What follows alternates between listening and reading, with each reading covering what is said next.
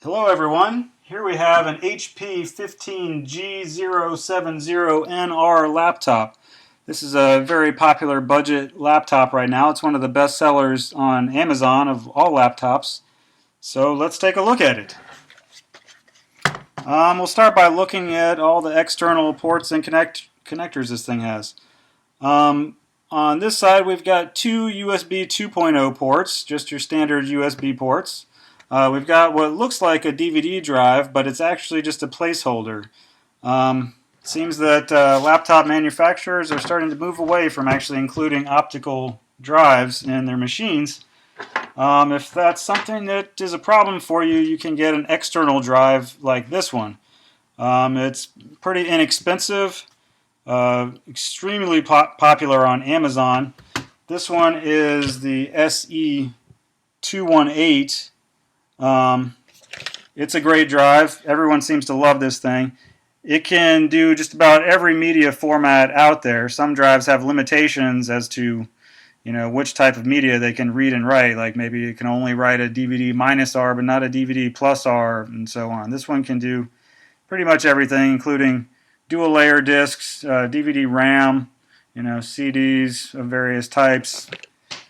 Pretty much does it all. So that's this guy. I'll put a link down below where you can check it out on Amazon if you'd like.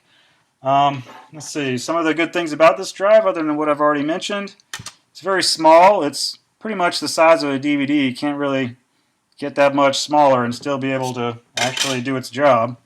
It's pretty thin. Doesn't weigh very much at all. But I think possibly my favorite feature about this thing is there's no power brick to lug around with this thing. It's powered over USB. It includes this little USB cable. You just connect the drive directly to your computer by USB, and it's powered from the computer's USB port, just like that. And there are no drivers or anything to worry about. You just plug it in, and it works.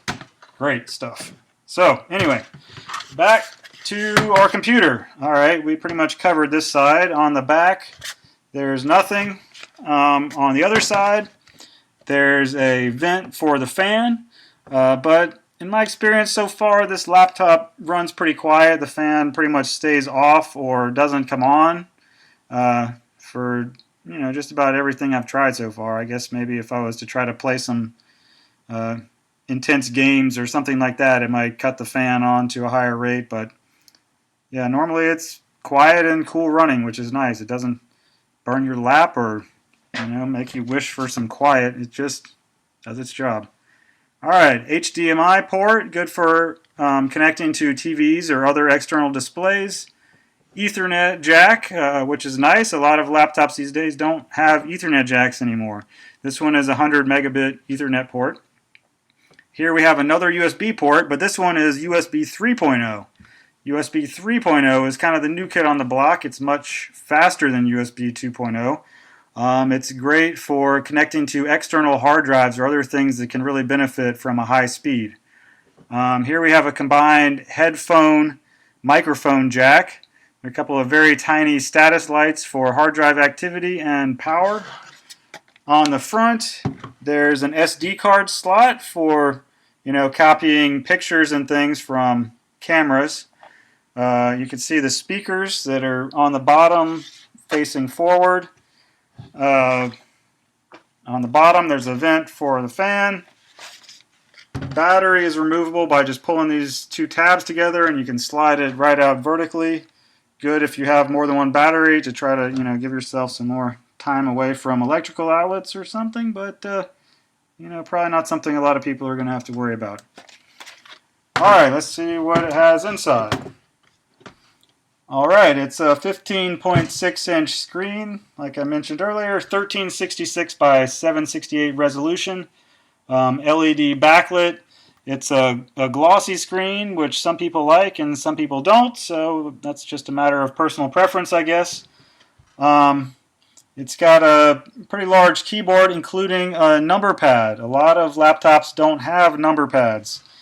Some people really like having a number pad, so if that's you, here you go. It's got a nice big touchpad as well. Some laptops have these little tiny guys that are kind of fiddly to use, but this one is quite large, and it's multi-touch enabled, which is nice because Windows 8.1, which is what this laptop is running, supports various multi-touch gestures. Like for example, if you use 2 fingers instead of 1, you can scroll, which is nice. It also supports, pinch zoom in and out, like a smartphone would use. And it supports a couple of other gestures as well. For example, if you swipe from the right, it pulls out this bar here that lets you search your computer, change device settings, access the start button, a couple other things. If you swipe from the left, it switches between recently used apps. So if you do a lot of multitasking, switching back and forth between screens, that could come in handy. So yeah, I'll show you the pinch zoom on this map. You can zoom out, zoom in, pretty standard. If you double tap and hold down your second tap, you can drag around like this.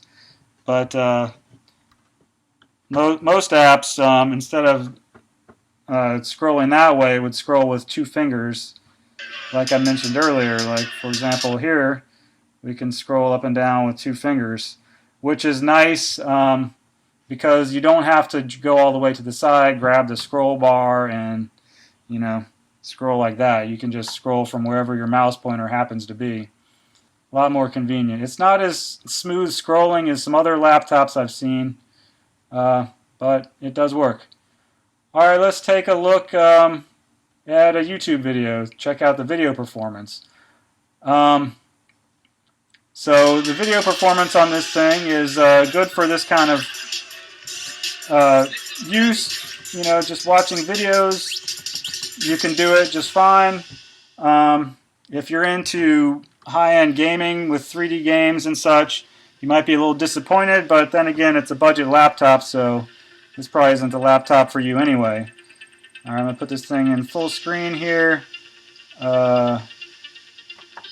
Change to a higher resolution version of the video. And let's see what we've got.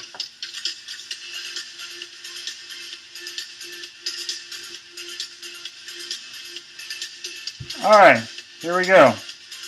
The video plays smoothly. There's no drop frames or anything crazy like that. Just a nice looking video.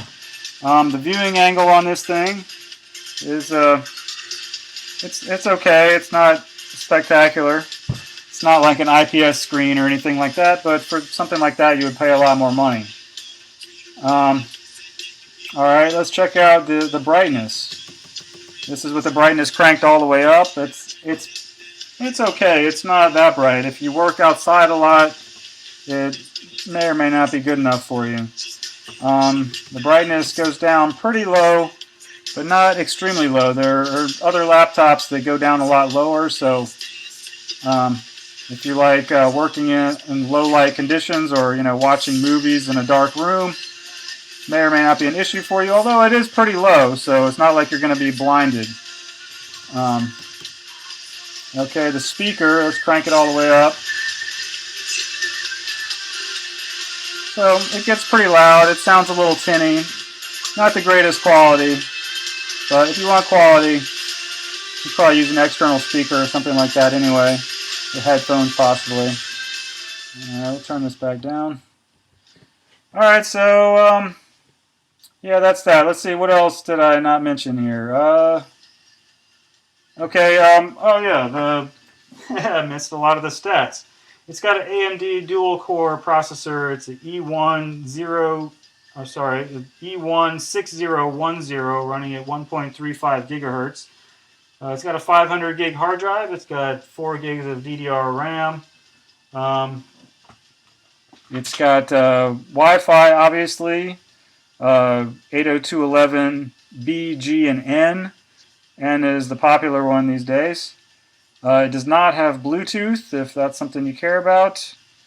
Yeah, I think that pretty much covers all the bases. So, thanks for watching. I'll put a couple of links to where you can read more about these or buy them on Amazon. Thanks a lot.